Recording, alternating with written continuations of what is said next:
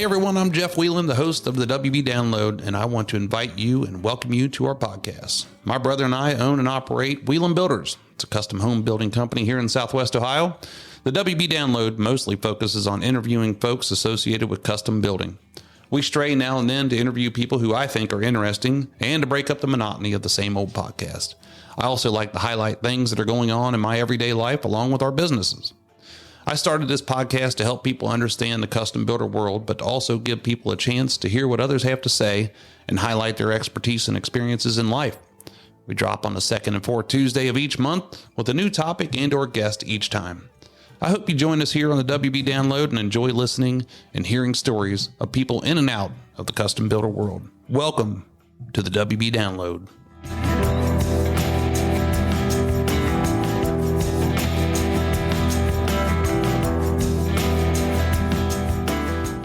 All right. Hello again, everybody. Once again, this is Jeff Whelan here on the WB Download. Today is Tuesday, February 25th, 2025, and I am reporting here from Fargo, Ohio. Good God almighty, it's still cold. It's still snowing, and it's still frozen. And this is the longest we've ever had snow on the ground I think I said this probably the last time, because there's still snow on the ground. And it's still cold. But, I learned a long time ago, traveling all across the United States, across the state of Ohio, going to school in Worcester, that you probably shouldn't complain about the weather, because there's always somebody else who's in it deeper than we are. And one of my roommates in college is farming up in Findlay and Deschler, Ohio, the Seedorf family, and the wind blows up there all the time. The snow's there. It's cold. And so I learned when they're going through it that I should just keep my mouth shut. So anyway, before we get into it too much, I have to say that I predicted the Chiefs to win the Super Bowl, and I'm just so embarrassed for myself and for them. I don't know. I don't know if I didn't know any better, I'd say it was 1919 and say it ain't so, Pat. Good God, it looks like they threw that game. I mean, it was horrible, absolutely horrible, and I could just see it that they weren't even into it from the beginning. I mean, it was terrible. Terrible. I bet you, my son looks over at me, he's 13. He goes, there's a lot of people losing a lot of money right now. That's for sure. Maybe that's what it was all about. Who knows? But they didn't show up for the game. So today's show, I am, as always, super excited. But this is one of my all-time best friends, Matt Smith, is our interviewee today. And he's the founder and a creator of SiteWORX. They're a road building company that was started in the middle of the recession in 2010. And I'm so fired up about this interview with Matt. He's such a great person. He's been a great friend of mine for a long time, and I just can't wait for you guys to hear this. So I'm just gonna hold off and let the interview speak for itself. I'll probably just keep on talking about him. I'm fired up. So anyway, here's what's happening in my world.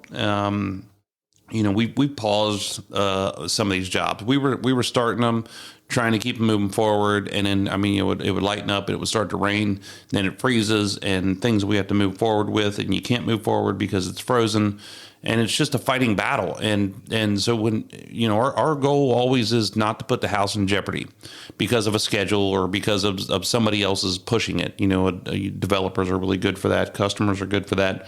And we're like, hey, we're a custom builder. Our goal is to make sure that we're taking care of the customer and the house, and both of those become one when it talks about the weather. So we paused a couple things just trying to get through this. And next week it's supposed to lighten up, meaning that it's going to get up into the 30s and 40s most of the time. But on the other jobs, we keep on moving forward. We keep on moving some things in progress. We demoed a home last week which demolished a home that was a fire job, and it was in a neighborhood that we're working on and have been for a long time. But the people, it's very emotional for them, very emotional for us. And it's like, when you get into this, everybody's excited talking about a new house, and we're talking about these different things. But when it comes down to it, when we started working on that thing, you can see a lot of different feelings and emotion come out of it. So you learn that, hey, let's slow down. Let's start tiptoeing a little bit, make sure we're handling this the right way with the customers. So I want to give a shout out to my good friend Mike O'Rourke from O'Rourke Wrecking. They're a big company, and he and I have known each other since we were little kids. Known as our families have known each other, and every time we get to work together, I take a picture of that piece of equipment that's sitting on our job, and usually send it to him and say, "Hey, man, your dad would be proud of us." I know my parents are proud of us for working together, so I'm excited about always having to be the opportunity to work with them. Anyway, in other news, the farm has been cold. Very cold, but we've had 4 babies for the year, and we're waiting on 3 more, and we call them spring calvers, but they start calving in the freezing cold winter and going into the spring. So hopefully those guys kick them out, and we can give up on calf checks here for a little while, which means we go out and check the cows every 4 or 5 hours. I'm not much different than I was in college. I like to cheat a little bit and maybe go 5-6 hours, but I've got them in the barn. When it's cold like this, it doesn't make much of a difference to a lot of people, but, it's just extra steps, extra effort, everything's extra, because with the cows, we're moving them in and out of the barn, the ones that are going to calve, the ones that have babies, trying to keep them warm, trying to keep them out of the weather. And just because we have the facility to do it, you have to balance that to where you're not keeping them in the barn too much, because there's so many parasites and diseases and things that can happen inside of a barn when it gets a lot of moisture and whatnot in there. So there's a lot of that, a lot of hay feeding, a lot of just feeding in general, as opposed to the summertime. Same thing with building houses. We're taking a lot of extra steps all the time. Where things slow down quite a bit because everybody can't move as fast. You can't operate the tools out there a lot of times when it's that cold. So this weather is a pain in the ass is what it is, really, if you want to ask my opinion. Anyway, no complaints here. Like I said, I just don't want to ever complain about the weather, knowing that other people are really struggling worse than we are with it. So another thing, it was Pastor Will's birthday last week. It was my brother-in-law Corey's birthday last week. And the other cool thing about what's happening in the last couple of years here is that, or not last couple of years, couple of months, is that me and all my friends are turning 50. So everybody's throwing parties. And it's so much fun to get back together with everybody and see everybody and hang out and talk to everybody. So, and catch up. It's when we planned our reunion a couple years ago, one of the girls, Christy Rack, her birthday was last week, and it was her party. And she said when we were planning our reunion, she goes, it's like when we all get back together, we never missed a beat. It wasn't 30 years ago, it was yesterday. So we all start talking and hanging out and ripping on each other and cutting up and laughing and having a good time, and it's kind of fun. So anyway, I also want to give a shout out to the Luther family. Best friend of mine. I know I have a lot of best friends. I don't have a lot of best friends. I have a handful of best friends, best friends. Matt is one of them. Josh Luther is a guy who moved here when we were in the 5th grade from Oklahoma, and we've been just thick as thieves ever since then. Talk every week. But anyway, his dad passed away 2 weeks ago, and Mike Luther was a hardworking guy. He was a painter and a wallpaper since I've known him. And it's always tough to watch a family go through this, but as to be expected, those guys, they all work through it. There's a lot of kids and family, and I've always felt like part of their family, cousins, uncles. You've heard me talk about Uncle Steve on here. He's not my uncle. He's Josh's uncle, but we talk about him all the time like they're our family. And I'm grateful for those people to allow me to be part of their family. But we went to the funeral, got to see a lot of different people, catching up with everybody, but it was just hard to see them guys do that and go through that. But so as we get older, I just said, hey, there's nothing else to say. There's not much else you can say. One of the stories I was going to tell you about Mike Luther, Josh's dad, is when we were younger, I'd call over to their house and I'd say, is Josh there? And he'd say, nope. And he'd hang up. And then I'd call again and I'd say, hey, is Josh there? And he'd say, nope. And I say, will you tell him that Jeff called? And he said, yep. And he'd hang up. And when we got older, I asked him, I said, hey, we were kidding around, cutting up. I said, why don't you ever just say goodbye? Why don't you have a conversation on the phone? He said, there's nothing else to say. Everything is just said. There's nothing else to say. So that's good advice, right? Don't hang out. just hang up. I don't know if that's true or not, but anyway, just keep them guys in your prayers over there at the Luther family. So with all that, I'm going to skip the wheel today because we're talking about some other things going on in this world, but I want to get into Matt's interview. Matt Smith from SiteWORX. I want to get into his interview. We did this a little bit different, this interview. We met in the late afternoon, and we drank a handful of beers while we were doing this, and that's something new for the first time in 3 years, and I enjoyed it. And we didn't get drunk or anything like that. We were just sitting around drinking beers, having a good conversation. And after the interview, we sat in here in this room and we talked for another hour. And laughingly, I said, hey, I bet you people would probably pay to hear this conversation of what we were talking about. But I don't know. For one reason or another, I admire him as a business leader. He's been a really, really great friend of mine. And with him and his wife, Jasmine, we were together when they met and we've been with them. We were in their wedding and we've been supporters of each other. It's a mutual respect that we have for each other. And I'm just forever grateful for him and for his family. And just, man, I'm just so proud. Like I've said this before that every time I see a SiteWORX truck going down the road, every time I drive past their office, every time I see him or Jasmine or anybody in that company, that I'm just have this sense of pride, and I don't have anything to do with it. It's just I'm super proud of them and just love to see them thrive every single day. If you're not from Southwest Ohio here, there's not much time that goes by without seeing a SiteWORX truck drive down the road. There's not much time that goes by where you don't see a site that SiteWORX is working on in action with the team. And so it's just really cool. So you're going to hear today from this interview how we worked together during the recession, how we came out of the recession together, and how there was really no clear vision of our futures in a recession. Things were that bad. And this is something we're going to talk about for the rest of our lives because and you'll hear me and Matt talk about if we don't know for sure, but I mean, if we were to compare it to anything, it would be compared to the Great Depression. So these guys, they're at a place where they can't turn and figure out which way they're going to go, and they start this company. So to see the success of Matt and SiteWORX and everybody over there is what I would call it's a Cinderella story for sure.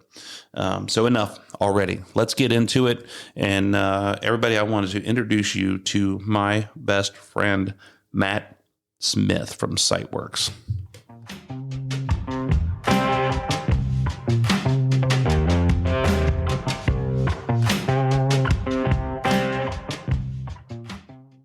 All right, like I said, today here on the WB Download, we've got one of my all-time best friends, Matt Smith, with us. He's with me, but he's with SiteWORX Ohio. Matt, welcome to the show. Thanks, Jeff. How you doing there, buddy? You doing good? If I'm your best friend, how has it been 3 years of this podcast and I've not been on it? That's a good question. And I don't have an answer for you. I think that you were too nervous to get here before, and then I finally talked you into it, or I'm not really sure what I don't have a good answer for you, but I want to make sure everybody knows a couple things about this whole thing. This is going to be one of the best interviews ever because I know so much about you, and I'm like asking you all these questions that I just want to know more about you. The other thing is Matt and I are doing this in the afternoon. This is the first show in 3 years where we are both drinking beer while we're doing this. So Matt's got a Coors Light, I got a Bud Light, and so why don't you tell us a little bit about yourself? Where'd you grow up at? I was born when I was born, was in Lebanon, Ohio. Moved to Blanchester when I was young. I didn't know that. Yeah. All right. Let's wrap this thing up. I already learned something. I don't need to go any further. Yeah. All my family, most all of my family was from and lived in Blanchester when I was a kid. And so it was a good place to grow up. Yeah. Having all the family and stuff around. Family like your grandpa and all my grandparents, most of my aunts and uncles. So you grew up with your dad, but I think that I know the answer to this. But like one of your heroes was your grandpa, right? I mean, he was like your all-time hero. Yeah. I mean, just such a great person. Just and they called him Schmitty. Yeah, right. Yeah, Smitty. Yeah. We named the road to our office Smitty's Way. Nice. And a lot of people think it's my nickname. It's like, I'm not that full of myself. It's in honor of him. But, Matt Smith way. yeah. What about, why don't you tell me, you're married, right? Oh, yeah. What's that old girl's name? Jasmine. What, should we tell this story about how you guys met? Sure. You want me to tell her or you going to tell her? You're a better storyteller than me. Come on, I'll man. just add some color comment. So Jasmine works in the rental department at Ohio Cat. And we always go to Kentucky Speedway year after year. We do a bunch of different things that Ohio Cat does. And we are at Kentucky Speedway. You, me, Joe Smith, and his wife at the time, Jen. And naturally, while we're there, the race is the least important part of what we're doing. We're drinking beer. I always. And we're raising hell. And my wife is not there because she's at home pregnant. Shows you what a stand-up guy I am. And so we're all running around carrying on. And you went one way, and me and Joe and Jen went down into the pits. And we're walking around down there. We're doing some stuff. And we come back up to our seats, and you're sitting there. And you're pissed off because we weren't with you. And you're like, where in the hell have you been? I've been trying to call you. Nobody'd answer the phone. So we get back up there and we're walking. This is the way I remember it. But we're walking back up and you grab me and you're like, hey, we get back over to this campground and there's this girl over there. And I've been checking her out. And I said, would you talk to her? No, I haven't talked to her yet. Kind of talked to her. So we get back over to the campground and I got a couple beers in me. And so I go over there and start talking to her. Yeah. And we strike up a conversation and you, I don't know, I can't remember how close it was to a previous relationship that you had, but I remember her saying, he's married, isn't he? And I said, no. And she's like, well, he's got a tan line on his finger. And I was like, it was pretty close. I said, he's been recently deceased. Had no desire to be in a relationship at the time. It was love at first sight. I couldn't pass it up. I'll tell you what, I think it was for all of us because she's awesome. She's one of us. So you guys break bread and we end up, me and Joe and Jen end up driving home, and then you rode home with Jasmine. Yeah. Not like took her home, but she took you home, dropped you off at your house, and the rest of it's history. I mean, you guys have been together ever since. Yeah. Yeah. It's been, she's truly been amazing for me. She's made me a lot better person, got me to calm down, enjoy life a little bit, not just work my entire life away. And we share a lot of the same values, and no regrets. I would have to agree with you. I remember her name. So her name is Jasmine, and everybody automatically wants to switch it, which I was included on it. Switch it to Jasmine, and if that's not the case. So she was telling me somehow or another that she lived close to the city of Cincinnati, I think, or something like that. She lived in Mount Washington. Yeah. And we had been at a seminar earlier, or we've been walking the city earlier that day or that week with the mayor, and they were talking about the statistics that if you have a garage on your house, the statistics on how much more safer you are. So my whole thing talking to her that night is, you got a garage? You got a garage? Yeah. And she's like, what the hell are you talking about? Yeah. And then they asked, she's like, well, I have a carport. And you're like, well, we can work with that. We'll take it. We'll take it. So did you go to college? Yes. Yeah. Yeah. I went to Cincinnati State, got in and out as fast as possible. I was able to complete my degree in about 16 months, I think, but I have an associate's degree in construction management. And it's a great program. I mean, I won't say that it was life-changing, but it definitely, it helped give me a good foundation for a lot of what we deal with. And it's a very, practical type school. I mean, there's not a lot of fluff. It's all, construction related courses, and it's affordable. I would definitely recommend it to any young person looking to get in the field. That's what I did. I went to ATI, and it was a technical school. And I think when we kind of know what we're going to do, then that's what we're going to do. We go to, and that was the same way. There was no bullshit. You go in, you get right in, do your studies, and get out. I want to talk about how you and I met. And do you remember this, or do I? I don't know if I remember it. I don't know that I know exactly when. I do remember that we go on some of those like covered bridge rides, motorcycle rides. Yeah. I think that's probably one of the first times. Remember thinking, who the hell is this goofball? Yeah, right. And we went on maybe a couple other rides. There was a benefit over on around Coleraine or something that you did every year. Yeah, maybe we did the Good Timers ride together too, with Heim Kreider and those guys. Fairly early on, and then there was a subdivision there off of Hamilton Mason Road. Oh, Is that Avalon? Yeah. So we dealt with one another on that a little bit. That's right. Yeah. So this was not like one. I wasn't like Jasmine. I wasn't love at first sight. It took you a little while. It took me a little bit. The company you used to work for, which we'll talk about here in a little bit, but they used to put on, well, your dad put it on. I think your dad and Pam put it on. It was called a covered bridge ride. So we all had motorcycles and we would ride all over the place. And believe it or not, and if most people don't know this, there's a ton of covered bridges in Southwest Ohio, and we would ride around and see them. And it was just a reason to get everybody together. But then that's how you and I started like talking. And then I forgot we both wanted to kill that developer over there. And that's how we ended up being buddies. I have a lot of friends like that. People who are mad at the same people I was mad at. And we automatically became friends. It was kind of cool.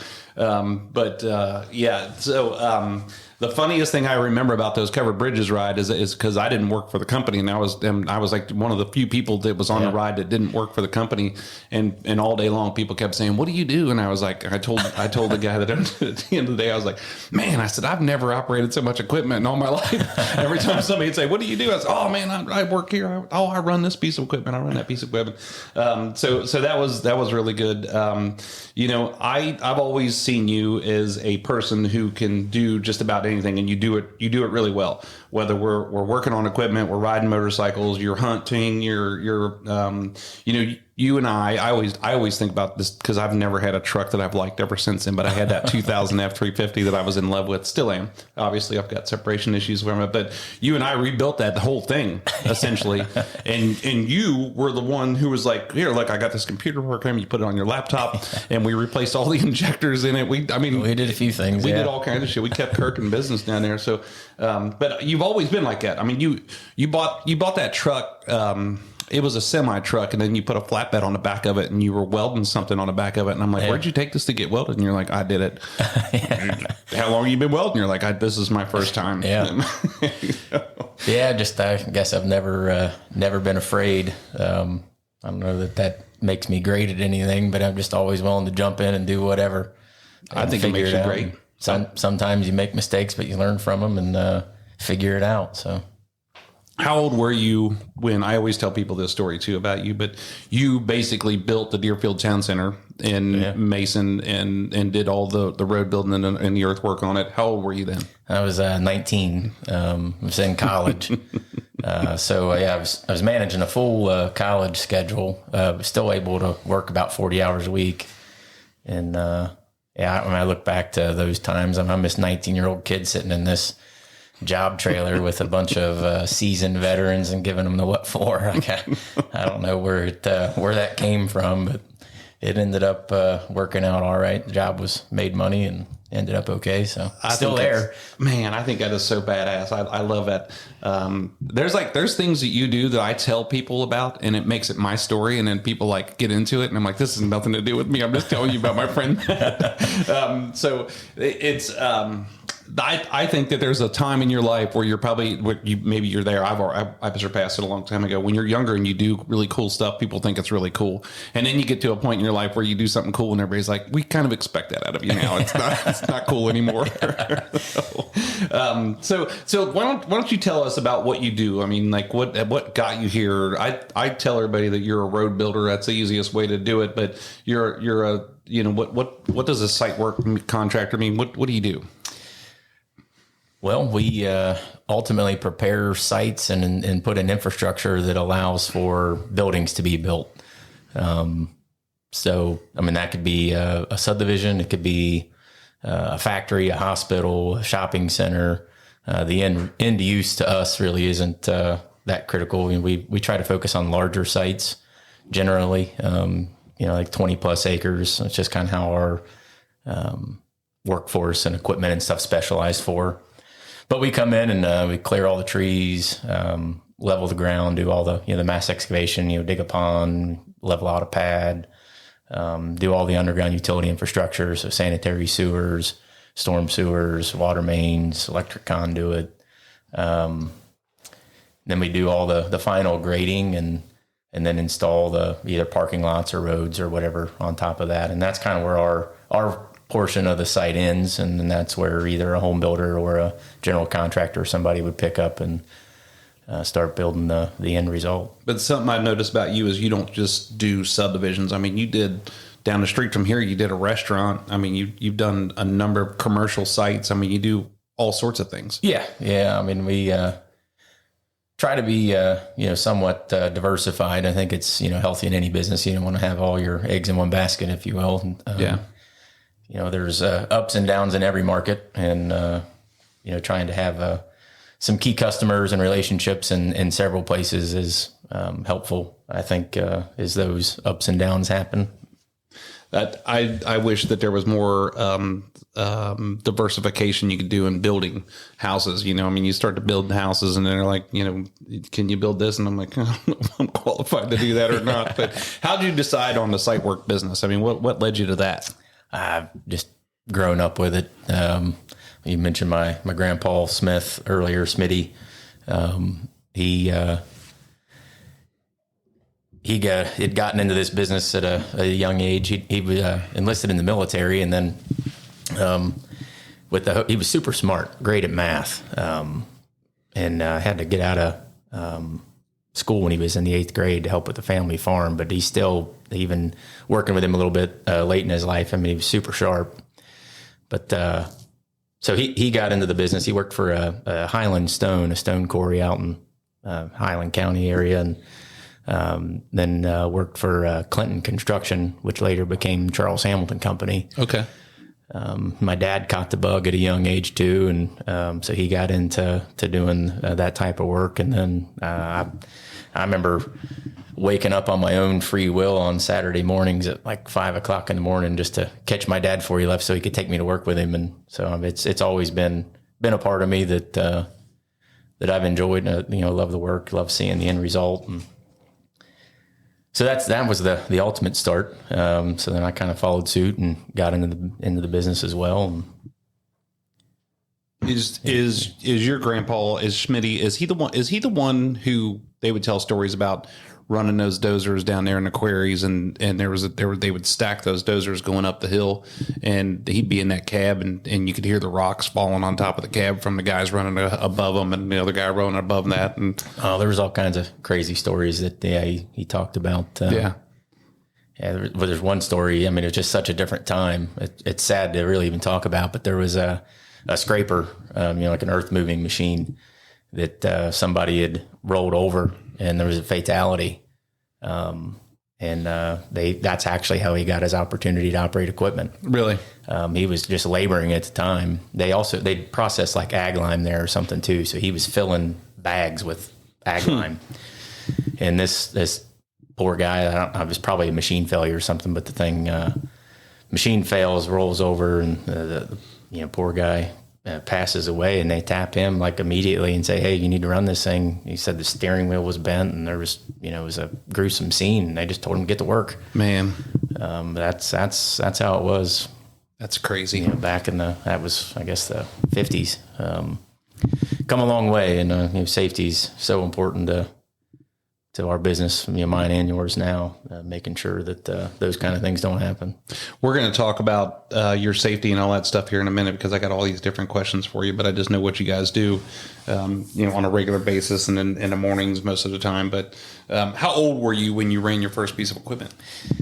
My dad built the house I grew up in, and he started that, I think, when I was 6. And he had a old John Deere 500C backhoe, and there's pictures of me just randomly digging a hole in the backyard just to learn. But so about 6. Did it have a cab on it, or like a ropes or anything like that, or was it one of the open cab? It just had like a canopy. You ever seen them ones that don't have anything on them? It's got that like death seat on it. And, this wasn't quite that old. This was probably like a, I don't know, mid 80s model or something. Nice. Or so maybe a late 70s.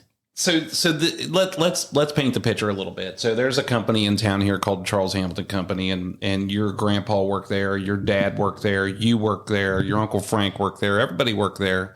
and it was a great company, and it's prestige company, right? I mean, a lot of this steel companies and a lot of these people a lot of the companies that ran a lot of equipment they didn't have clean equipment, they didn't have clean vehicles, and we were wearing number 2 diesel fuel, like as a Drakkar diesel fuel in Oriere. So, but this is a really nice company, and things as everything in a recession, things got pretty tough for everybody, and everybody kind of split and went different ways.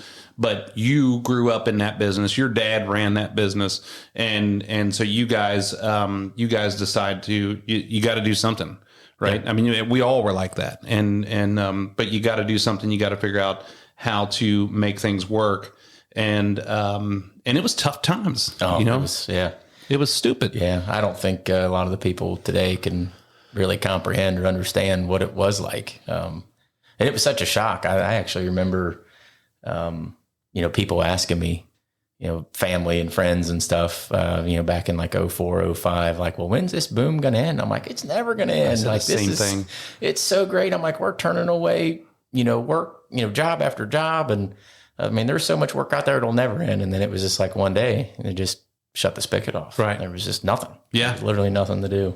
I felt the same way. And you guys, I feel like looking back on it, I mean, I'm sure, and when we were in the middle of it, it was like, when you guys decided to do this, it was crazy. I mean, we just had no idea what was going to happen, but it was the perfect time to do it because, I mean, you're hitting it right on the cusp of when things were going to start to pick up a little bit more. But we're talking about a time when it was as close to the Depression as a lot of people could, anybody who was alive back then would relate it to that. And I have no idea what they're talking about. Yeah. But as I look back on it now, I feel like I look back on the Depression. And so you and I just it's so many different things. But and this reminds me of this because a couple of months ago, went for my birthday, Shannon asked you all to write down in a card, like different, things that you remember and stories. And the funniest thing you wrote in your card, you remember when we were broke. I do.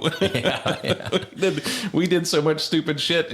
But I mean, you were starting out. Why don't we talk about that? I mean, how did you make that decision? What was the events leading up to that? I mean, you had a side business that you were planning on going into. I mean, where did this all come from?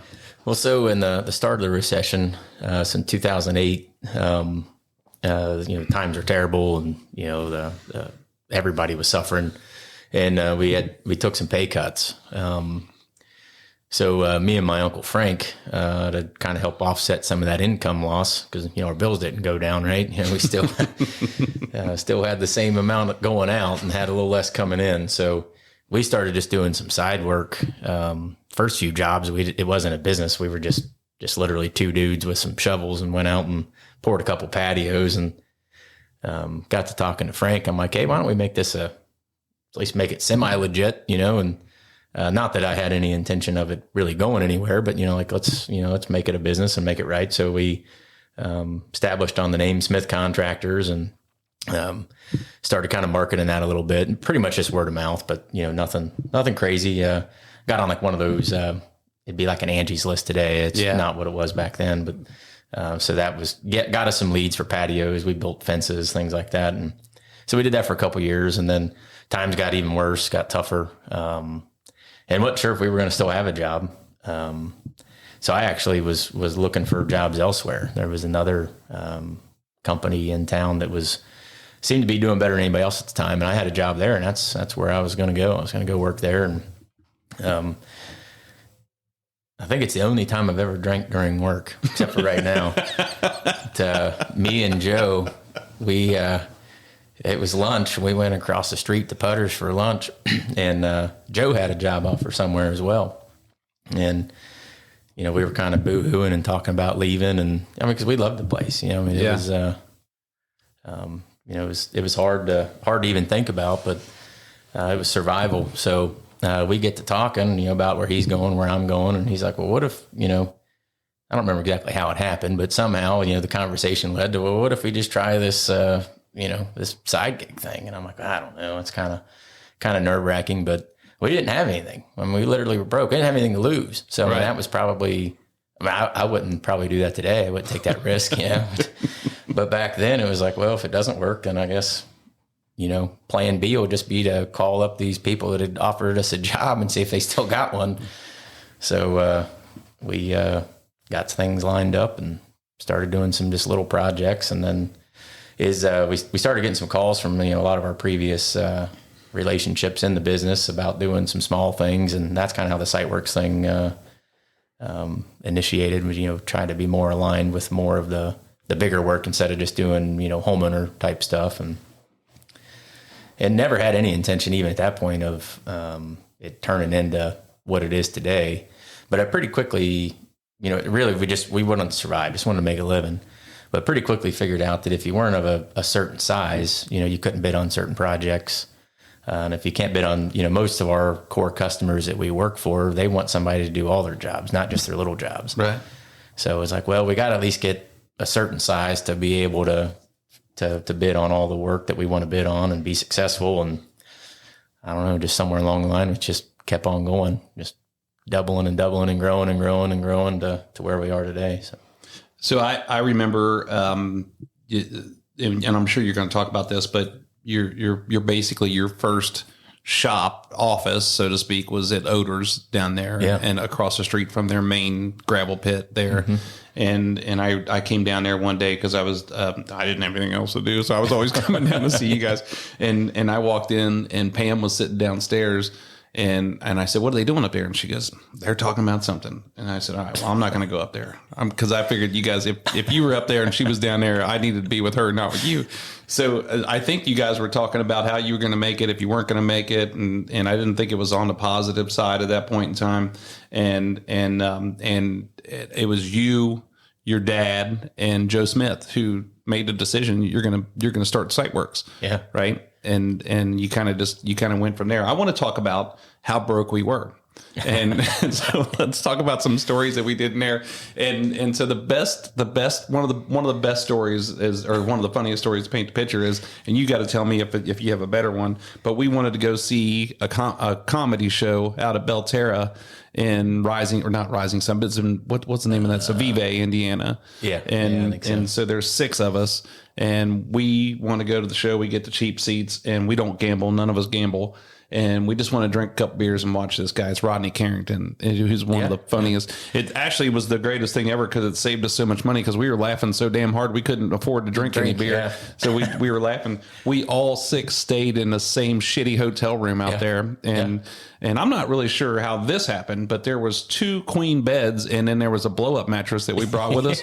I scheduled it, and I think that I'm the one that paid for it, and you guys were supposed to pay me back. I'm the tallest sumbitch in the room by like a foot, and me and Shannon end up on the blow-up mattress on the floor. Yeah, I think you woke up that morning, it was flat. It was flat out. Wasn't even blown up anymore. I don't even think we put it in the truck to bring it back home. Well, remember we'd taken a shuttle or something to the venue. Right. And we hadn't bought any beer or anything ahead of time, and we're taking the shuttle back, and we talked the shuttle driver into stopping at a gas station or something. Well, they rolled the streets up around the place. There was nothing. Yep. Couldn't get and we ran into somebody on the bus that I knew. The guy that ran North American Properties. That's right. And we bummed some beer off of him. I think you traded him a pack of cigarettes or something for a 6-pack of beer. I traded him something for It was vice versa. Yeah, it was something. But we were making our way. Yeah. Oh yeah, there was plenty of those. Hung out around your farm a lot. Just didn't cost much. Right. Bring a case of beer and just hang out and tell stories, listen to music. The good times though. We had one night, I can't remember all the events that led up to it, but we had one night to where we wrote it all down and turned it into Jeff Foxworthy's website, because if you want to be a redneck and all the things that we did leading up to that point, and I never heard back from him, but it was a good story. Yeah. And I mean, between catching fish with our bare hands and right after we got done putting up a blow up swimming pool in the backyard, and we were drunk as a skunk, and then you and probably the one thing I remember about that night too is that you and Joe we're going to ride up and you were going to take my motorcycle and you were going to ride up and get a couple cans of chew. And Joe's riding bitch on the bike, and that bike was so loud. And I'm straight piped. You took off up the road, and I never have heard it outside of me riding it. And I was staying in the garage, and my windows were shaking, and you were hammering on it, man. It was like 1 o'clock in the morning. He was not a good passenger either. No, he had me wobbling all over the place. We never made it to the store. I turned around again. You said, "Oh, I quit." Yeah, I'm like, this is not a good idea. That's awesome. So let's talk about you. So you're at Smith Contractors. You're thinking about SiteWORX, and you. How do you get there? Like, talk about the odors and talk about your first job. How was that? The big job. How did you work all that stuff? I mean, how did it come together? So my dad, great guy. Has a lot of relationships and a lot of respect from a lot of people, and he knew the Odor family really well, and they had a mutual respect for one another. And so when he had went to him and told him what was going on, and their old facility they had actually moved out of, and I don't know, it was sometime in the early 2000s, because it was going to be developed into a big shopping center. Yeah. Well, then that all fell through with the recession, and so they had some buildings sitting there empty. I mean, they had some stuff stored in there, but they weren't actively being used. So he helped line up. It was just one bay in a old metal building for us to be able to work out of, at least a place we could get out of the weather and change oil or something, So that's how we ended up there. You remember we had a like a metal, it looked like a freaking wheel that somebody welded plates on and had these little flaps on it, and we would pour our used oil into it and catch it on fire, and that's what heated that shop. Yeah, it's called a hard hat heater. Look at that. Yeah, it's called death. They use them in orchards and stuff a lot, I guess, back in the day. Like they could set them out around the trees if it was going to be a little cold. But yeah, we actually got that from Pam's dad. He had that. And you're supposed to burn kerosene in it. But kerosene costs money, and we had this used oil with nothing to do with. At that time you had to pay somebody to come get it, and I'm like, well, let's just burn it. Well, and that thing's meant to be burned outside, and we'd burn it inside. Oh my gosh, it was so smoky, and our eyes were just like beat down, water and red shut. And you couldn't breathe. Your free heat. Burned. You had to throw the clothes away that you were wearing, but we're like, it is warm in here. It feels good. One of the Odors came over one time. He opened the door, and we were all in there wrenching on something, and he didn't even walk in. He just stood at the door, and he starts motioning for us to come out. And I'm like, what's going on? And we walk out there, and he's like, you guys got to get out of here. He's like, it's not safe. And I'm like, what do you mean? And we were probably high as a kite from the fumes. We've been at this for weeks. Yeah. We did some dumb stuff, but I tell you, that's what you had to do back then. Yeah. I mean, they were tough times, and it's made us better. Yeah. We still, obviously we don't do anything unsafe or stupid like that anymore. But still operate frugal and, don't forget where we came from. That's right.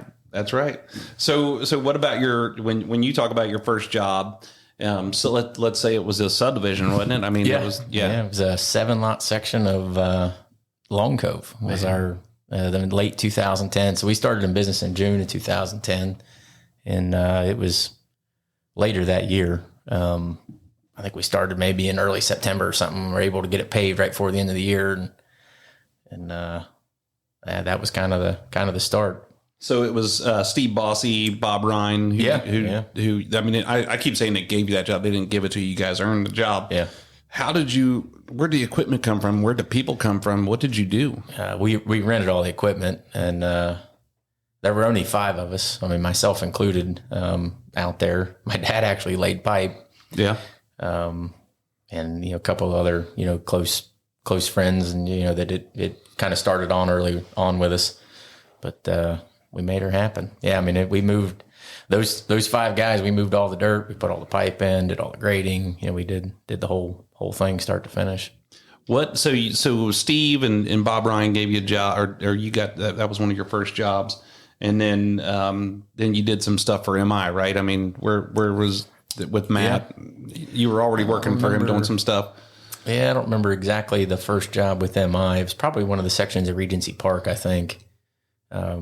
I think it was that, and then there was another one off of Hamilton Mason up there, because the only reason I remember this is because when Shannon would have her girls' night playing cards, I come over and spread straw with you guys. Yeah, you helped us seed that one time. Yeah, I rented a straw blower. And, I don't think we actually built any street in there. Not right then, but there were a lot of distressed subdivisions back then, right? Because things were basically from like '07 on, like they'd put all these lots on the ground and they were just sitting. Nobody was buying lots. Right. So those were some distressed lots that were just sitting there that MI had bought from whoever the original developer was. And we were in there cleaning it up, taking care of, some erosion and sediment issues. And I think we tweaked some grading or something so that their houses would fit on there properly. But we did a lot of that early on. I mean, there was just a ton of that to do. People weren't building a lot of brand new streets because there were all these existing ones, but they needed some love. They'd been sitting for a while. And I forgot all about that. That's exactly what that was. You guys were trying to establish a soil control and because they were just sitting there for so long. And that's exactly what that was. We had a good time, though. Yeah. What about your first piece of equipment? You still have it, don't you? Oh, yeah. I'll never get rid of it. What was it? It's a 2007 Gale 153. It's like a little mini. Yeah. We actually, it died probably 3-4 years ago. It was sitting down in our old shop, tore apart. Hadn't like died, but it had a whole bunch of hydraulic issues and stuff. So it was just kind of a side project for the mechanics. Like, tear into it. And they had it all tore apart. Well, it was back over the last summer, that somebody had enough free time. They resurrected it and got it running again. So it's operational. That thing, I got on it one time, and I think that like you guys were kicking me to push me into it. It was so small. But I remember you saying when you went up to pick it up, the guys where you picked it up at, the guys that somebody came in there to test drive one, and they flipped it over because it was so small. Was at Bobcat. Yeah. Well, so on those smaller ones like that, and it's the reason I bought it. It was when we were still doing a lot of the patio stuff. You needed something small enough to fit through a gate. Standard fence gates about 4 feet. So this thing, the tracks move in and out. Oh yeah. So when the one that I went to demo, it was a Bobcat model. It was actually one size smaller than what I ended up buying. But the guy was sitting there on the dry concrete and he pushed the lever for the tracks. Well, the thing got to rocking as the tracks were trying to move out and it flipped over, which was good. I'm glad I didn't end up buying that one. But I found this one used. I bought it in 2010 and it was still brand new. Had 1 hour on it, but it was 2007 because just like our businesses, the equipment business was just as much in shambles as us. So the thing had been sitting there for 3 years and had never been sold. Got a great deal on it and did a lot of work with it. I just know the equipment that we have, and it makes me just break out in hives. But I mean, how did you look at this? I mean, I know you said you rented equipment, but then you had to start buying equipment and start buying different things. And how did you figure that financing out? And what was the key factor there for that? Well, renting's more expensive. If you've got a continued use for something, if you've got a one-off use, then obviously that renting's a better option. But, we pretty quickly realized we had a sustained need for certain pieces of equipment. And, you can probably cost about half to operate per hour owning versus renting.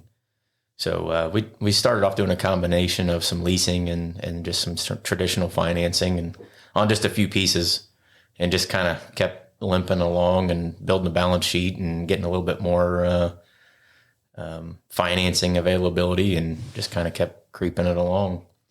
So what do you think your biggest hurdle was that you had to overcome when you were coming up? You're still coming up. Yeah.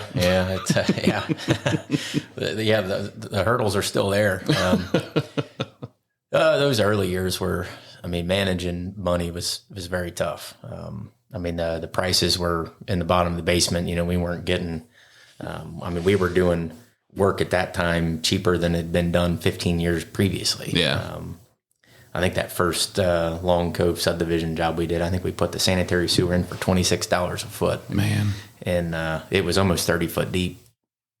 That'd be well over $100 a foot today. Yeah. And before the recession would have been $60 a foot. So, we were half, it was crazy. So there wasn't a whole lot of money to be made anyways. And then, on top of that, trying to, fund a new business and growth.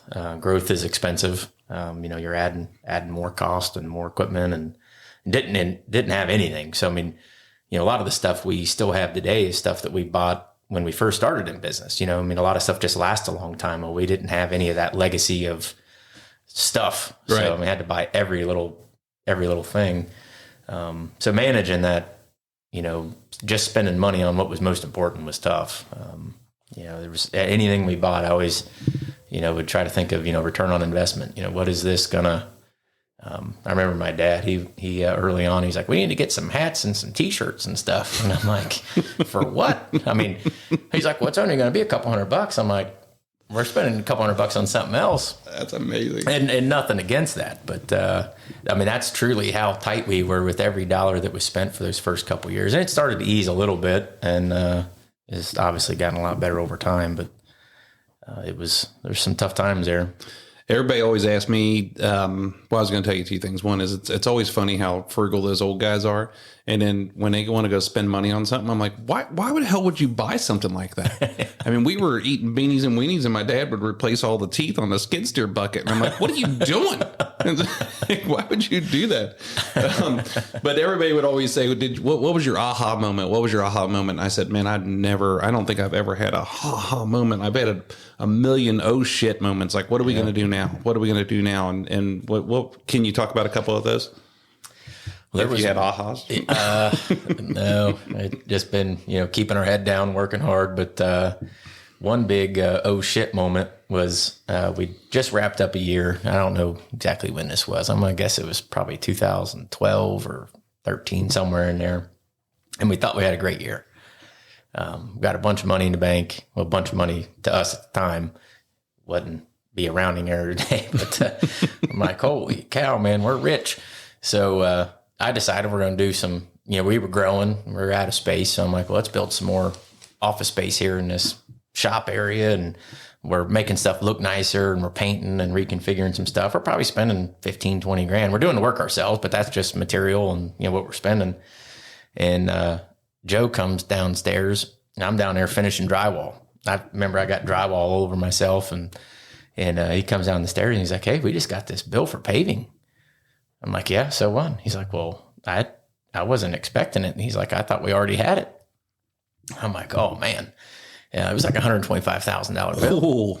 And now we have, we were so unsophisticated from an accounting standpoint. I'm not an accountant by any means, and, not mad at Joe for the situation. He wasn't either. But now we do have those things under control, work in progress schedules and things that we can, know that we've got unincurred expenses coming. But I remember just totally losing my mind, and just was like, I was pretty mean to Joe. Yeah. I wonder if he's gotten over it. I don't think he has, but I'm with you, because I've been in that situation where you're like, man, I think I'm doing all right. Every time you think I feel like Al Bundy. Every time I think I'm doing all right, something's going to come in here and kick me in the face, and you get a bill. Like, you're like, what in the hell? Why did this come from? You maybe you had it figured into the job, but you weren't expecting the bill, so it screws up your cash flow. You can have millions of dollars in the bank, but when you ain't got cash flow, you're toast, and it'll kill you. I hate that. I can't imagine what you guys go through, especially now. So, how many employees do you guys have? We're sitting right around 175 right now. Oh, man, you started with you and four others, or you and your dad and Joe, and then maybe two others. Yeah. Man, that's amazing. So we were. I can't tell you how many times I tell you this all the time, but I didn't know I can't tell you how many times I came home and told Shannon, I said, I don't think we're going to make it. We're done. And then the phone would ring. Maybe we get another opportunity at building a house or something. And I wanted to, it was the only time in my life that I wanted to quit. I wanted to come work with you guys. Yeah. And I'm like, this is what I'm going to do. I'm going to go work at SiteWORX. And then I get another job or something like that. And I'm like, oh, I'm going to keep on building houses. This is fun. Well, I'm just so stupid. I wish I would have just come work with you. but that was, I've always watched, I've been able to have a front row seat to watch this whole thing happen. And it's just so cool. How many pieces of equipment do you guys have? I think we're right around 190-ish. And is that implements and everything? No, that's just what equipment. I call like major, so from like a skid steer, bigger size machines. So, I mean, I'm always amazed. I mean, for one, I'm amazed at everything you guys, your shop and all that stuff. But I mean, there's so many different pieces of equipment, tools and generators and saws and attachments and implements and all these different things. I mean, how do you keep track of all that stuff? Well, we've got everything gets numbered. We have asset listings of all of our stuff. All of the major stuff has telematics on it. So it's a GPS device. I mean, we can see where it is, how many hours it's ran, even fault codes. But the small stuff, everything's, there's a lot of stuff just assigned to a truck. So we know that this truck's supposed to have this stuff. The shared stuff, we've got a cage in our warehouse that everything's organized, and there's like a check-in, check-out system. We're actually getting ready to integrate some new software stuff to help with that, because we do good with it now, but I mean, there's always room for improvement. But it utilizes QR codes, and then this app that will help streamline some of that better. That I just still can't fathom having all of that equipment and everything like that. But what most people don't realize is that stealing a large piece of equipment is one of the easiest things to do. Because if you pull up to somewhere and you've got a big rig and you're on a track hoe and you're putting it up on a trailer, how many times is somebody going to come by and go, is that yours? No, nobody questions it. Yeah, it's take kind off of when bizarre. you're gone. Remove the stickers and you're moving on down the road. Yeah. That sounds crazy, but it's true. Yeah. So how much drive has your family given you? And when I'm talking about it, I mean, when I hear you talking about all these different people, I've seen it, but I mean, Jasmine works with you. That has to be rewarding, but also can be difficult at times. I don't know if she's ever going to listen to this.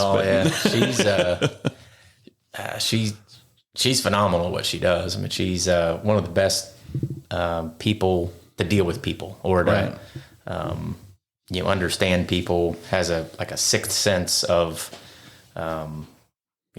she'll call something before it ever happens. You're like, hey, I think that person's unhappy. They're thinking about quitting, and then sure as shit, here 3 months later, they're quitting or just whatever. And very personable. I mean, she gets to know people's, kids' names and birthdays. And so, I mean, she's been phenomenal, but she is a challenge to manage sometimes or to work with. And I think she'd admit that. And I am too. But no, she's been a great addition. That's been 4 years ago now, I think. Like I knew early on when we were together that she would be a great addition, but I always kind of had in my mind like, nope, I'm not going there. Yeah, don't want to work together. Don't want to commingle that. But I have no regrets at all. It's been great. Yeah, I mean, if you've never done it, people don't understand how hard it is just to never have that work-life separation, and you guys do a great job of it. And so you also, I mean, you had your grandpa, you had your dad, you had your Uncle Frankie. Does he get mad when people call him Frankie? Because I mean, I introduce him as Frankie all the time. He's like, it's Frank, and I'm like, no, it's not. No, I don't. I call him Frank most of the time, but no, I mean, they've all been, crucial in where we are today and what we've done. Yeah. I mean, my grandpa definitely kind of got the whole thing started and got the bug into all of us to want to do this as a career, and definitely a big inspiration. And he was a big help early on in business too. I mean, he was a phenomenal mechanic, and about the last 25 years of his career, he was what I would call a fleet manager. So he managed the fleet, knew when to fix things and do things, and the most economical way to fix things. And so he helped us with some of that early on. He'd come in, he was retired, but he'd come in and help us fix something. And he was always good. He'd get up and tell, an emotional story or something to kind of motivate people at, one of our Christmas get-togethers or something. I remember there was one, he was telling a story about his mom, and he had there wasn't a dry eye in the place. Really? There was all these burly construction guys sitting there, and he's got every one of them. I mean, just almost bawling. Yeah. He just had that way about him. He was just so humble. good dude. I mean, like a really good person. I think that I remember when you guys were putting that street in Regency Park behind the house that you lived in there, and you had a newer dozer out there, and on that dozer you can hit a button and the blade would shake and shake all the dirt off of it. And you got up on there and said, "Here, watch this," and you hit it, and he was completely amazed. He's like, "This is the greatest thing that I've ever seen." Not that the seat's like a lounge chair. It's more that blade would shake and you take all the dirt off of it.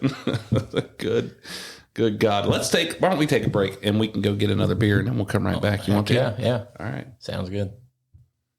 All right, man. I'll tell you what, this is the first time I've ever had to take a break in a show so I can go get another beer. So I'm pretty excited about it. I know you already opened yours, but I'm just going to do this for my friends out in Golden, Colorado.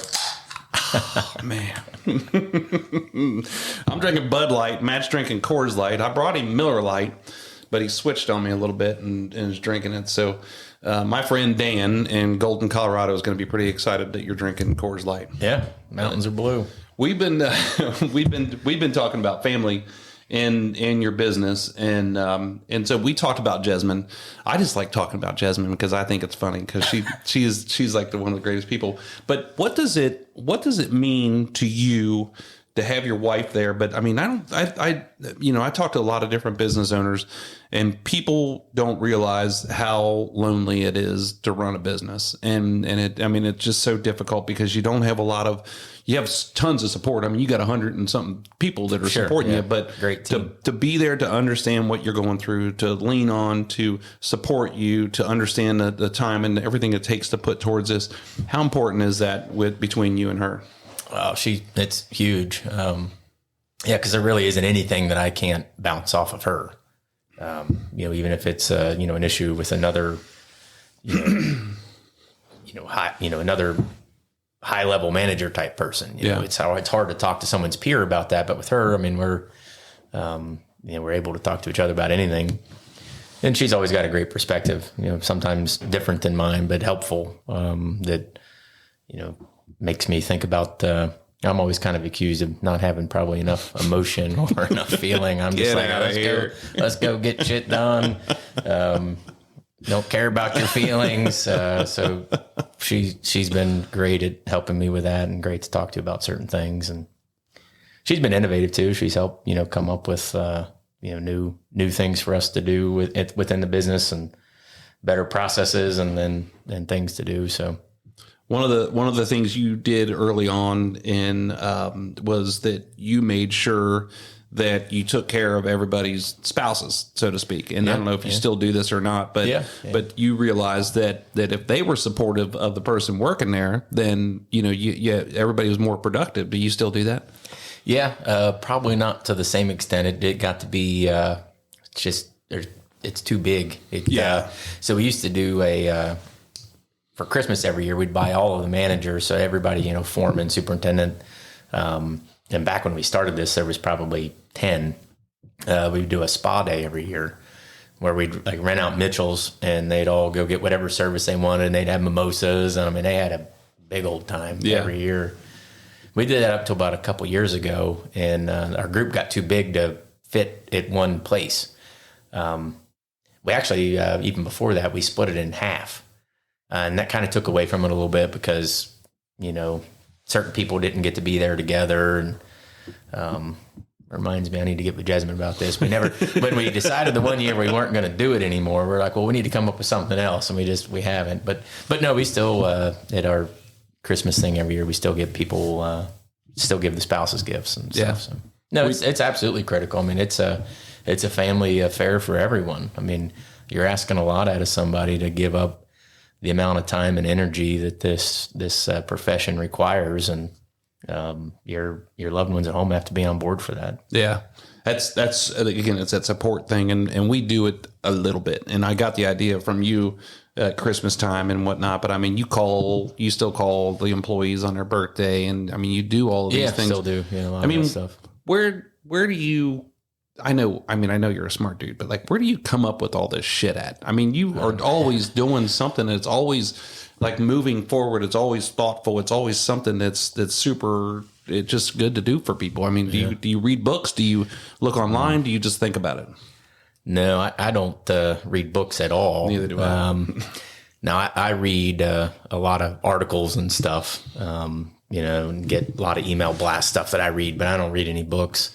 I don't know. My mind's just always going, I guess. And years ago, I developed a good method of capturing those ideas. Because, an idea might come to me at 12:30 at night, sitting on a bar stool somewhere, but I've got an app I use on my phone. If anything pops in my mind, I make myself a note and wake up in the middle of the night, whatever. So I don't know if that's the difference or what, but yeah, definitely capture everything that comes in my mind and then bounce it off some people and kind of tweak it and hopefully turn it into something that people appreciate. The sign of a good leader. I remember one year our New Year's resolution was to start acting on the things that we talked about. and we're like, we got to do this. We got to do this. We're going to do this. We're going to invent this. And we would never just do it. So yeah, you taking it a step further. But what's your favorite part of your job? I enjoy all of it. Probably my most favorite thing to do is to still be out on a job site, which I don't do much of anymore, unfortunately. I did late last year and went out and ran some equipment and we always have this big push at the end of the year trying to get everything paved before the asphalt plants shut down. Yeah. They always shut down there late December, don't open back up until April. So there's this, a huge schedule gap there. If you don't get the job done for your customer, it's not like you just wait till the next week.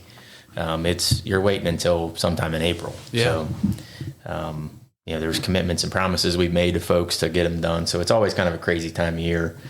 So I was out helping with some of that. And, but I enjoy all of it. I really enjoy the fleet management piece of it. I get into, figuring out new tools or a new attachment or configuring a machine a certain way to be more productive. Figuring out all the hourly rates and everything fleet management wise. I enjoy. I don't know. I enjoy all of it. I think I enjoy the project management piece. I enjoy interacting with customers and enjoy interacting with our team. I'm pretty fortunate to. It's very, very rare that I don't want to go to work in the morning. Yeah. Yeah. And you were telling me about when you talk about fleet management, it's like looking at what track hose you need, what skid steers you need for the year, and what trucks you need for the year. And I think that would be so much fun. Yeah. I think you should call me next year when you're getting ready to do it. All right. Drink beer and we could buy all kinds of stuff. Yeah, I don't. I wouldn't suggest that. I might drink a few beers on this podcast, but yeah, I'm not gonna do that when we're planning on spending millions of dollars. Yeah, I wouldn't suggest it either. So we were talking about safety before, and you got all these people working there. How do you train these guys and women and men that are working on these jobs?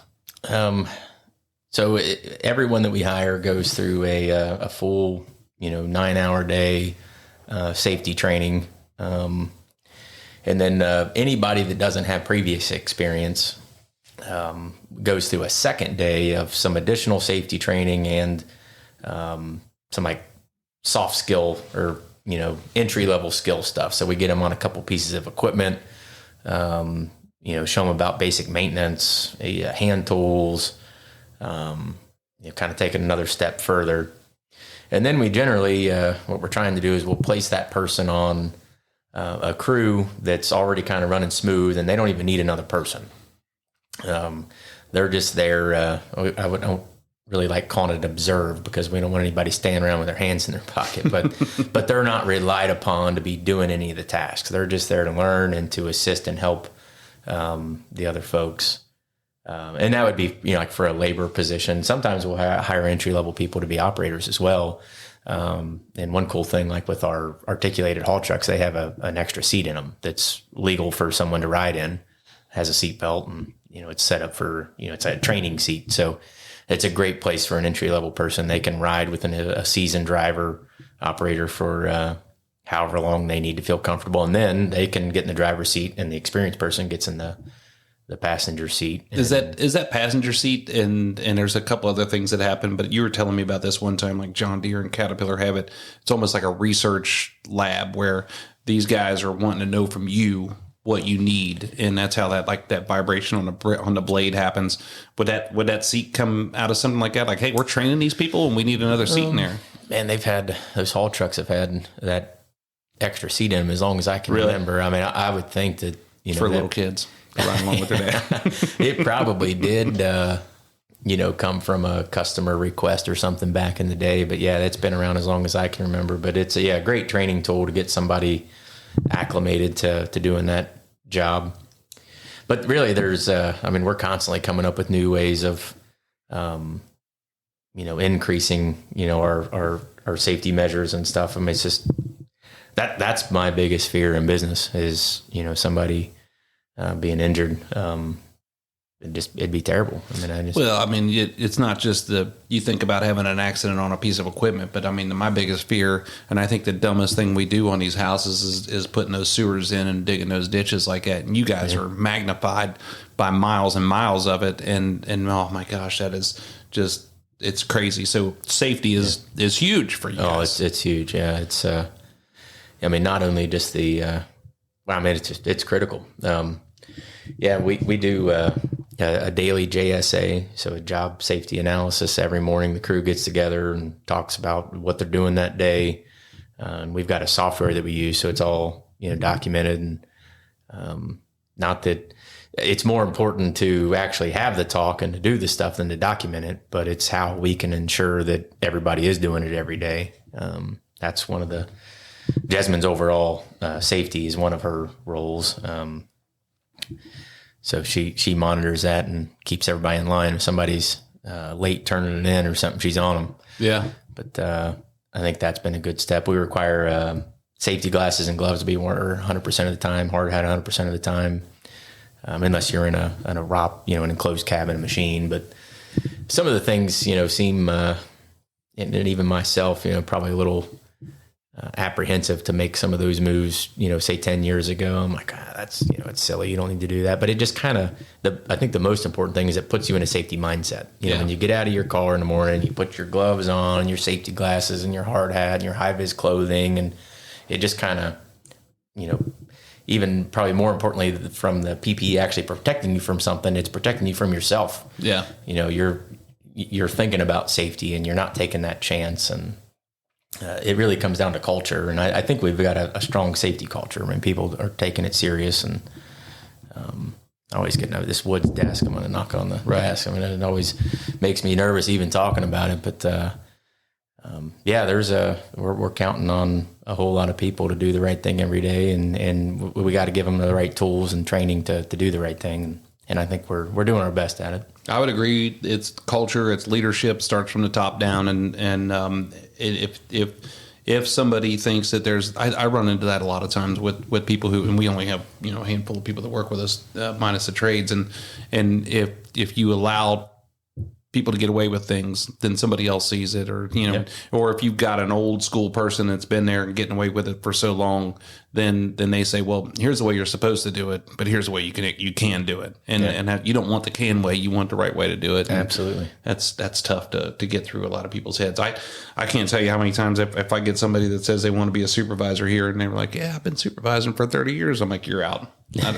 You might know kind of what you're doing, but you're coming with 30 years of bad habits, and that's hard to break, because of things like that. But man, at safety, I see you guys have in your classes, you have basically certificates that you're giving people, awards that you're giving people, all these different things that are happening all the time, and plus you have your job safety meetings in the morning. That's got to be tough. Yeah. What's your favorite piece of equipment that you have? I'm probably still love the motor grader as much as anything. I knew you were going to say that. Yeah, I love running a grader.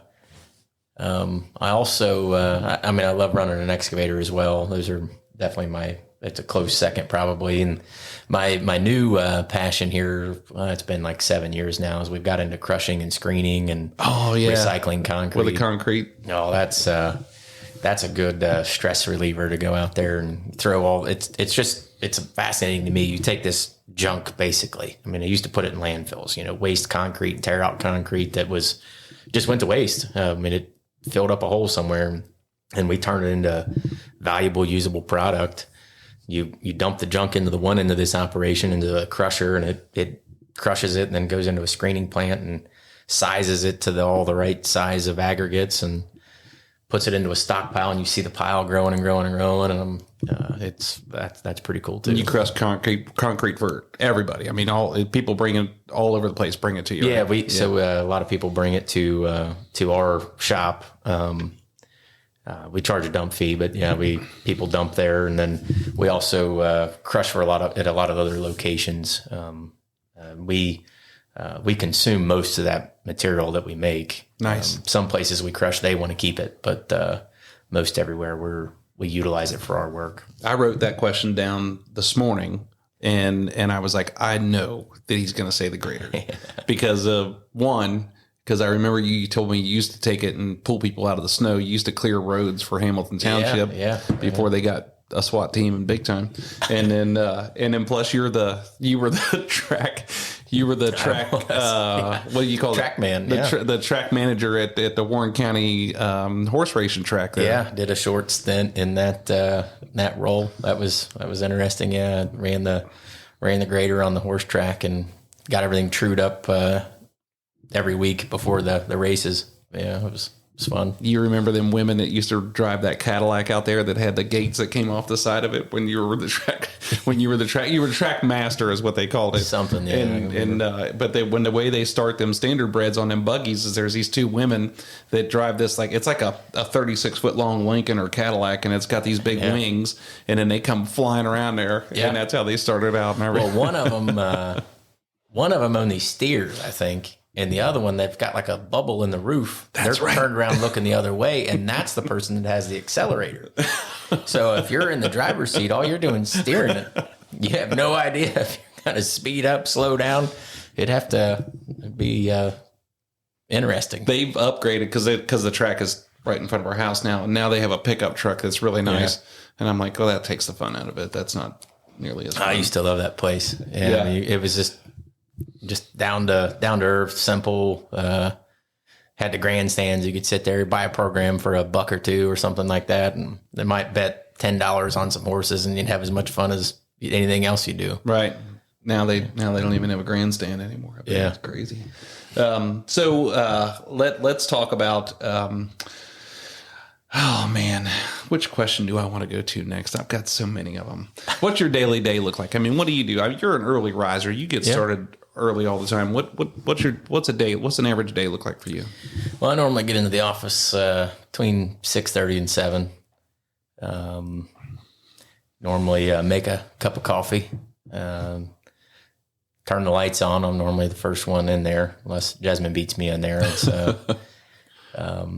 sit down and get on my computer, normally checking some emails, that kind of thing. Normally at some point in there, I'll walk down out to our warehouse or shop and just see what's going on out there. Have a lot of reoccurring meetings. So depending on what day of the week, like on Tuesdays, I have meetings so I do a one-on-one meeting with all my direct reports. So those are all on Tuesdays and Thursdays. So Tuesdays and Thursdays are pretty much just eaten up with just one-on-one meetings. Yeah. But how do you keep those meetings from getting redundant? One of the things that happens with me is if I have a consistent meeting, I end up listening to them. I'm going, yeah. All right. And we move on and we move on and we move on. And whereas opposed to if you have a meeting with somebody you haven't seen in a while, you pay more attention to what's going on. Yeah. How do you keep it? I mean, you're a focused guy, but how do you keep that focus? So I share a Microsoft OneNote notebook with all of my direct reports individually. They don't see each other's. That could get awkward, but so when we meet, we're constantly putting stuff on there. Primarily like just task-based stuff, like hey, we want to implement this new thing or whatever, and it just helps keep us on track. And just every week when we sit down, and a lot of times, especially if certain people are great, they knock stuff out immediately. Other people, stuff will kind of linger on the list. When I start to see something linger a little bit, I'll put a due date on it, and I'll ask them, when do you think you can have this done by? And I'll put that date on there. Well, they know they're going to sit down with me again next week and the week after, and so they're normally pretty apt to make it happen, right? Especially when it gets a time, a deadline put on it. But I always started off with, just letting them, just asking them what they got going on, what they're doing. And I block out 45 minutes. Sometimes it takes 30, sometimes it's an hour and a half. Yeah. Just depends, but they're productive. I mean, it's really, I think, helped us, kind of bring a lot of people up to the level that they needed to be at, or, just help us accomplish a lot of things that we want to get done. You've got a lot of guys around you, the Swaggertys and Heimkreider and Joe Smith and Jason Davidson and these guys that you've been around for all of your career for the most part, for a long time in your life. I mean, how do you keep those guys loyal? How do you keep them around? I mean, what do you do? I mean, it's an awesome place to work, no doubt.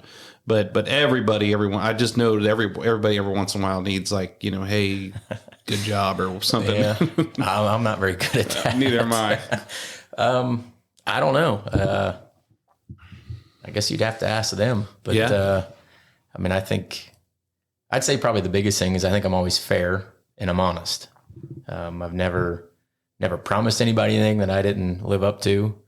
I've never given any special treatment to somebody. And I think that's, just as human beings, that helps make people happier. Nobody wants to see somebody else get special treatment, or nobody wants to be lied to. And I'd say that's a lot of it, but, I don't know. I'm very fortunate that, I've got so many, that we have so many great people, in the company, and it's definitely what, makes the difference. I agree. I mean, I do think that you need to give special treatment to Heimkreider. I think he requires it. And for sure. Yeah. And people know that. So he's a given. Yeah. Right. Yeah. So, but these guys, he's a little special. That's for sure. I think that what, for people listening all over the place that don't realize this, I mean, they've been around you, you've been around them, since you were 17, 16, 15 years old, right? Yeah. Some of them, I mean, Bud Swaggerty, I think I've known him since I was 5 years old. Yeah. And Mike Heimkreider, I think it was probably 12 or 13. Obviously, I've known my uncle my whole life. I mean, right. There's all those, I don't want anybody to listen to, I think I'm leaving anybody out. I don't I know, I'm just sitting there thinking about, did I mention Frank? I mean, everybody is awesome. We've got, I'd put our team against anybody. Yeah. And I think the great thing about it is I've become friends with these guys too, and it's all because of you. It's because of Hamilton's. It's because of SiteWORX. It's because of all of this industry, and we all get along really good, and it's really cool to see those guys. So where do you see SiteWORX going? What are you going to do with this thing? Well, are you going to keep growing? Are you going to maintain? No, I think so. We did right around just under 70 million last year in revenue, and I don't know. There's something about hitting 100. I think I'd like to get there. Yeah, I think we can do that in the next couple of years. I think at that level though, or somewhere around there. I don't want to put any exact dollar figure or size on it, but at some point we do start to run into some, headwinds of growing any further than that without doing something more exotic, like getting into a whole nother line of work or going to another city or something like that. And I don't know how much interest I have in doing that, but I think there's room to, to grow another 20, 30% in our current core business and our current market. And I think just think it'd be a good goal. Yeah. So if I ever come over to the shop and you guys are building Care Bears and bicycles, I know you've hit 100 and you had to branch out and find something else to do. What are we going to do? I don't know what do you do for fun? You work like crazy. You've got this business. You've got all these things going on. What do you do for fun? Hang out with friends, family. We've got I think it's a really cool home in Lebanon. It's an historic home within walking distance of downtown Lebanon. So we spend a lot of time there. We've got a pool, so we're always having, some friends and our family over. My cousin's got a lot of young kids, and so he brings his kids over and listen to them go nuts and splash the water out of the pool. So it's fun. I mean, that's about it. Go to dinner. I mean, I don't know, nothing really too crazy. Just I spend a lot of time at Jasmine. So I love our town. I mean, it's such a cool town. You and I live in the same town. You live in the town. Yeah. I'm from the town. I mean, like around the town, but I love our town. We, and I think that's one of the greatest parts is coming up and being able to see you guys in town. I mean, that's where we reunited a little bit when we sold the farm in Blanchester and whatnot. But I remember. So let's why don't we tell some stories, like some fun stories? All right. Do you have any? Do you have any that you want to tell? I was going to tell the first time you and I went to the NASCAR race together with Caterpillar, and we rode the bus down. And I remember your dad giving you the speech, like, Jeff does this all the time. Like, he drinks all the time and you're not used to this. So you need to be careful. And he's giving you the riot act. And we go down there and we're like, we were sitting in the stands, and I think we had a good time that day. Yeah. And I'm making a deal with the guys sitting next to us to go to Michigan for the next race. And you're like, we got to go to work.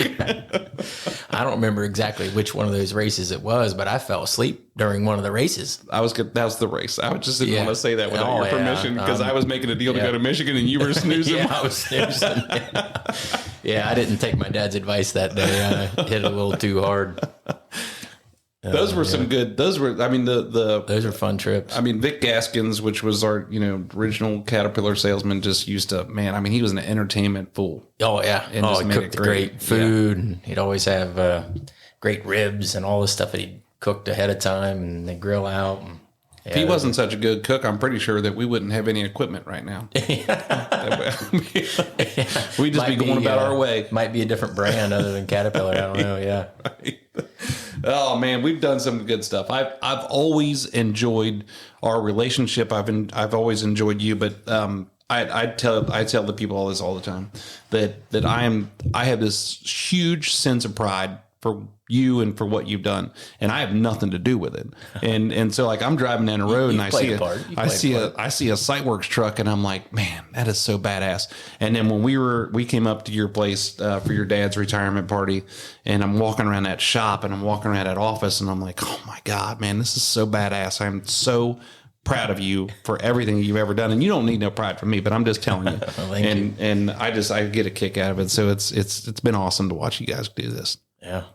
So been a great friend. Appreciate it, man. It's been cool. We're going to sit here and drink some more beer. We're not going to talk on this thing anymore. So I just want to say thanks, man. I know how busy you are, and I'm sorry that it's taken this long to get you on the show. I don't know why that is, but I'm glad you're here, and I'm glad that people got to listen to your story. That's the number one reason why I wanted to do this, was to be able to get people to tell their story on here and to learn more about them and what they do, and hopefully I think people have gotten a taste of that. So yeah, I appreciate you having me on and convincing me to tell my story. I'm not one to do a whole lot of that, but appreciate it. Yeah, I'm glad you're here, man. Is there anything else you want to say? You want to tell Jasmine how great she is? I love you, Jasmine. There you go. Gosh. Hey, everybody, this is Jeff Whelan with the WB Download, and I'm here with Matt Smith from SiteWORX, man. Thanks for being here, and it's going to be a great day. Appreciate you, bud.